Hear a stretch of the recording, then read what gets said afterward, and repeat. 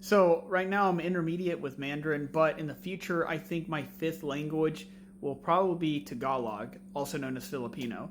I think it makes sense because Filipinos are, as you see, the third largest ethnic group within the United States. And if in the future I do decide to ever like move abroad for like a year and kind of just focus on my channels and like my business and shit like that, and I live like in the Philippines or whatever, countries where the immigration process is not that hard, well, it would pay dividends to know Tagalog, I think.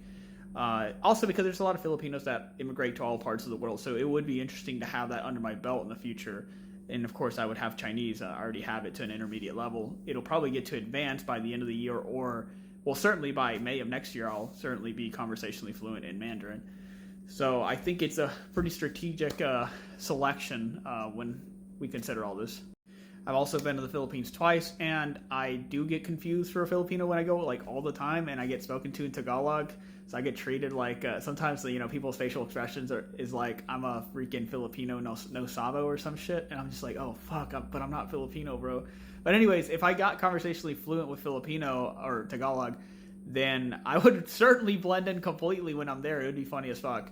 Another thing that I found out is Tagalog, one third of the language is made up of Spanish words, so I would already know 33% of the words, so it makes it kind of a no-brainer to learn this Asian language as well. So then I would have two Asian languages and then three European ones, obviously, but I would have five total. So I think probably, unless something major changes in my life that would influence me to learn something else for the fifth language, I think my fifth one would solidly be Tagalog.